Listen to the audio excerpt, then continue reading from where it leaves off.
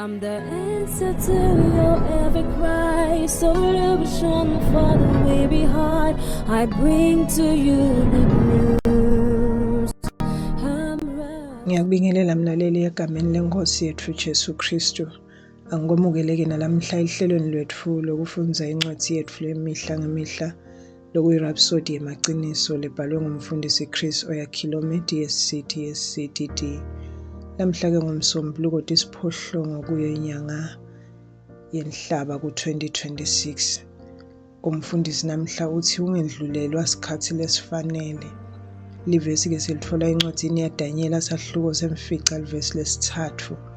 Lithi ngako ngagucukela kusimakadze loNkulunkulu ngamncenga ngemthandazo nangekunxusa ngizila kudla ngembathe emasaka ngatithela ngemlotha. Uthi umfundisi kunetikhathi lapho ekujuleni komoya wakho uva ukuthi kukhona lokumele kugucuke. Kungase kuthinte umndeni wakho, imali yakho, umsebenzi wakho noma kuhamba kwakho naNkulunkulu. Uyati ngekhathi kwakho ukuthi isikhathi sesifikile sekungena esigabeni lesisha, kodwa timo takho tangaphandle atibonakali tikukhombisa lokho. Ubotinaka tikhathi letinjalo. Umoya waNkulunkulu wakusita ukuthi ubone ukuthi sesikhathi lesibekiwe nguNkulunkulu. Nangabe wehluleka kulalela lesikhuthado, ungase ulahlekelwe lithuba lekungena esigabeni lesilandzelako sekuhamba naNkulunkulu. Danyela usiniketa sibonelo lesihle sendlela lokufanele sitiphathe ngayo nasesibona ukuthi lesi sesikhathi sakamoya.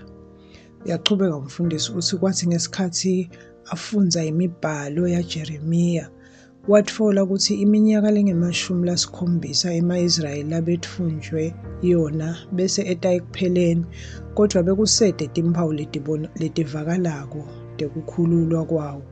Esikhundleni sekuthi angakunaki loko labekufunza evini laNkulunkulu, Danyela watimisela kufuna inkosi. Wathandaza futhi wazila nekudla, wacabangisisa ngalendzaba. Kwaphela emaviki lamathathu aqhubeka athandaza kwadzimete kwefika ingilozi leyayiphethe umlayeto lovela ezulwini. Le ngilozi yamtshela ukuthi kusukela ngelanga lekucala kuthandaza, imithandazo yakhe yaphendvulwa. Danyela akazange akuyekele lokho bekakwati enhlitweni yakhe, wachubeka athandaza kwaze kwaba ngulapho uNkulunkulu amphendvula. Uthi umfundisi lokhu kufundzisa sifundvo lesibalulekile. Ngalesinye isikhathi moya waNkulunkulu uvusa umoya wakho ukuthi wati ukuthi sesikhathi sekunjinja. Uma lokho kwenteka, ungalisdzebeseli lelo thuba. Thandaza futhi uzile. Nangabe kubonakala shengathi lesimo asikashintshi ngekushesha, chubeka uthandaze ngekuciniseka. Kukhuthatela emthandazweni ngetikhathi letinjalo kumcoka ngoba iBhayibheli lithi encwadini yaJakobe sahluko sesihlanu ivesi le-16 ku-Amplified Classic, umkhuleko lovakalako locubekako wemuntfu lolungile unemandla lamakhulu, uyasebenza. Nangabe uyati ukuthi kusikhathi lesifanele sekwenta lokutsite kamoya bese uphendvula ngekuthandaza, usuke utibeka endzaweni lefanele ekugcwalisekeni kwentsandvo yaNkulunkulu nenjongo yakhe. Imithandazo yaDanyela beyihambisana nekugcwaliseka kwetintfo lebetiprofetiwe. Umlayeto lawutfola waveta ukuthi umbuso wasePheresiya bewutawuwa bese kuba ngulomunye umbuso lotawutsatsa sikhundla sawo. Loko kwacalwa ngekuthi umuntfu lotsite abone isikhatsi saNkulunkulu futhi athandaze ngekuvumelana nelivi lakhe. Kwaba ingcenye yekwembulwa kwenjongo yaphakathe yaNkulunkulu ngebantfu bakhe. Haleluya. Nangumthandazo mlaleli asithandaze. Babe lotsandzekako, ngiyabonga ngekungihola kwemoya wakho longisita ukuthi ngibone tikhatsi ekuphileni kwami. Ngiphendvula ngekukholwa nangekutitfoba evini lakho. Ngitivumelanisa nekuthandaza nekuvumelana nelivi lakho kude ngibone intsandvo yakho igcwaliseka ekuphileni kwami nasetiveni tonke. egameni laJesu. Amen.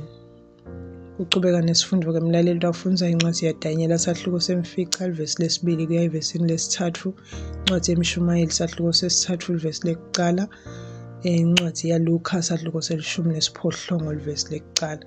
Ehlelweni lokufundza iBhayibheli ngeminyaka munye lamhla-ke kufundwa incwadi yaJohane sahluko se21 ivesi lekuqala kuya evesini le-25 kanye nencwadi yekuqala yetikronike sahluko se-26 kuya esahlukweni se-29. Bese kuthi-ke ehlelweni lokufundza iBhayibheli ngeminyaka lemibili lamhla-ke khona kufundwa incwadi yekuqala yabaseKorinte sahluko se-16 ivesi le-13 kuya evesini le-24 kanye nencwadi yemishumayeli sahluko se-7 kuya esahlukweni se-8. Angithathe leli thuba mlaleli ngibonge ukuthi sihlale kanye sisafundza livi leNkosi nalamuhla. Inkosi-ke ikubusise, sibonane kulokulandzelako. Ngicela ngemlaleli ukuthi uma ngabe bowusengakayemukeli inkosi yethu Jesu, umane usho nankha emagama emva kwami uwasho ngenhliziyo yakho yonke. Haleluya. Thani Nkosi uNkulunkulu, ngiyakholelwa ngayo yonke inhliziyo yami eNkosini Jesu Kristu, indvodzana yaNkulunkulu lophilako. Ngiyakholwa wangifela nekuthi uNkulunkulu wamvusa kulabafile. Ngiyakholwa uyaphila lamuhla. Ngiyavuma ngemlomo wami ukuthi Jesu Kristu uyinkosi yempilo yami kusukela lamuhla.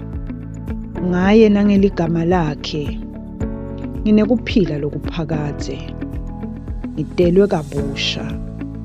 Ngiyabonga Nkosi ngikusinzisa impilo yami. Nyalo sengingumntwana waNkulunkulu.